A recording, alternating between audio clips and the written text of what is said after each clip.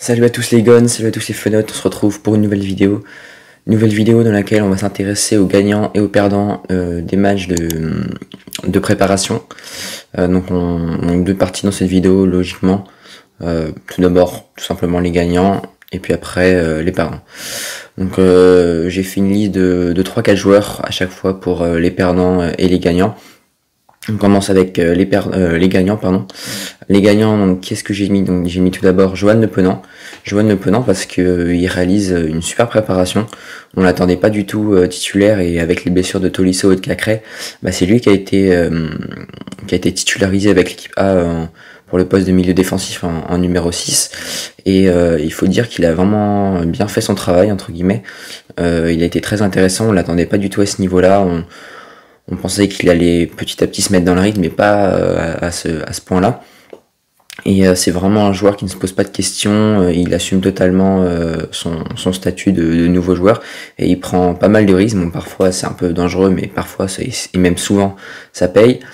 Il est pas incroyable non plus, mais je trouve qu'il fait vraiment de très bons débuts, et je pense que s'il continue comme ça, on va vraiment être très content de lui, déjà qu'on l'est déjà, mais je pense qu'on pourrait le voir assez rapidement titulaire, surtout si Corentin Tolisso est encore reste souvent blessé quoi.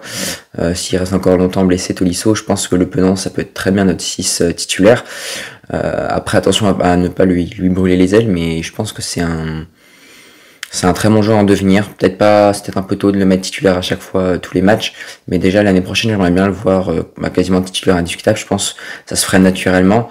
Après, à voir avec les blessures de Tolisso et si on recrute un vrai 6 ou pas, à voir si Carvalho va venir, si avoir va au Betis, ou à moins qu'on recrute un autre joueur, mais je pense ça me paraît peu probable vu qu'on n'est pas sur on a été que sur Carvalho, je veux dire, et on n'a pas eu de pistes vraiment très concrètes et pas de rumeurs très concrètes sur un 6.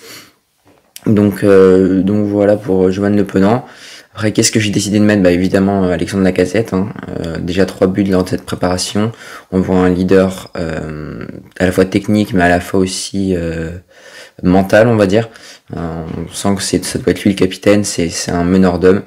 On sent qu'il booste l'équipe, il remotive les joueurs. Par exemple, comme Toko la dernière fois après un carton jaune et qu'il se chauffe un peu, il a dit non, attention, tu peux prendre un carton rouge, t'as déjà un jaune, donc calme-toi. Et c'est vraiment une bonne chose ça pour l'OL, et d'avoir Alexandre Lacazette en plus qui semble revenir en très bonne forme. Donc ça c'est très bien. Donc il fait évidemment partie des gagnants. Un autre gagnant que j'ai mis, c'est Jeffrey Nadalaïd, que je trouve qui revient très bien.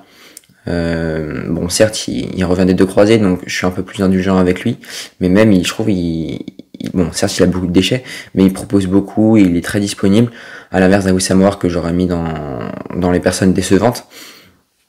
Jeffrey Nadalaïd, je trouve qu'il revient très bien et qui a piqué la place à Fèvre, que j'aurais mis également dans mes perdants. Mais ouais, un Jeffrey Nadalaïd qui revient très bien, qui est très intéressant. Il s'est crédité d'ailleurs d'un but lors du match contre Feyenoord, je crois, si j'ai pas de bêtises. Donc un Jeffrey Nadalaïd, je pense qu'il pourra avoir un vrai rôle de doublure à jouer de Maxence Cacré ou de Corentin Tolisso. Donc voilà pour Jeff. Et enfin j'ai décidé de mettre Mohamed El Arouche.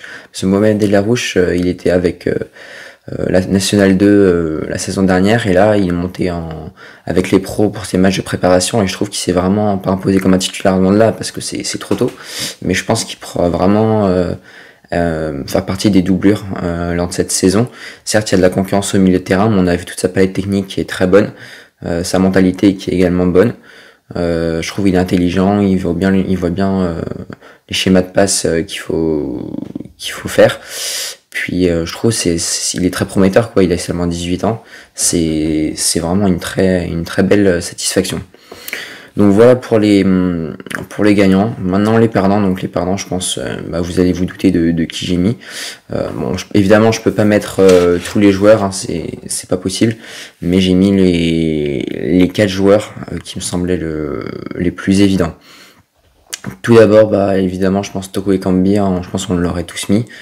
Ce Toko, il est vraiment l'ombre de lui-même lors de ses matchs de préparation. Il n'a pas marqué, il fait beaucoup de mauvais choix. Il lui faut 150 occasions pour pour la mettre au fond, et encore là il en a eu quoi, une vingtaine, il les a pas mis. Donc c'est vraiment problématique, à l'image de cette reprise totalement hors cadre lors du match contre l'Inter Milan. Alors certes, c'est l'homme clé, on va dire, du système de Peter Bosz, et justement Peter Bosz lui accorde une confiance totale, mais je pense que pour moi, il serait vraiment temps de recruter un vrai ailier gauche, un ailier gauche qui savent percuter, un peu comme le fait Tété à droite. D'ailleurs, Tété, je l'ai pas mis dans mes gagnants, même si j'aurais pu le mettre, mais je pense que c'est naturel, je pense qu'ils sont dans les gagnants, mais c'était pas le plus flagrant, donc voilà. Et donc il sait pas faire... il sait pas déborder comme Tété, comme il le faisait avant. On dirait qu'il a moins confiance en lui depuis le clash avec les supporters. Je trouve que ça va moins bien. Il est pas efficace devant le but, donc moi je pense qu'il faudrait qu'il change d'air et que justement l'OL aille sur un ailier gauche. Donc voilà, donc j'ai mis évidemment Toko. Ensuite, pourquoi ne pas mettre Aouar, hein. Aouar, je trouve qu'il est décevant. Je pense que c'est vraiment le temps pour lui de quitter le club, et vraiment au plus vite, parce que il nous fait rater tout notre mercato d'un point de vue départ, et également d'un point de vue arrivée, parce qu'on pourrait recruter pas mal de milieux, mais Chirou a dit que tant qu'on recrutera pas tant qu'on vendra pas de milieu, on ne pourra pas en recruter. Donc voilà, donc je pense que c'est assez clair. Oussem, faut qu'il se dépêche de partir. On parle d'offres de Leicester, pardon. Du Real Betis, mais comme il y a au niveau salarial, ça pose problème, c'est compliqué. Donc voilà, c'est vraiment compliqué le dossier à voir. Il n'a pas beaucoup d'offres, donc voilà, mais j'espère que ça va se solutionner rapidement. Mais en tout cas, voilà, j'ai pas besoin d'en dire plus sur Oussem Aouar, un jeu inexistant depuis 2 ans. Donc voilà, donc c'est dommage, parce que c'était un super joueur par le passé, mais là il tarde à confirmer. Donc autre joueur, donc j'ai mis Jérôme Boateng. Jérôme Boateng, pourquoi? Parce que il était légitime qu'on en attende plus de lui cette saison, mais le match de Willem II a juste fait confirmer les doutes qu'on avait en lui.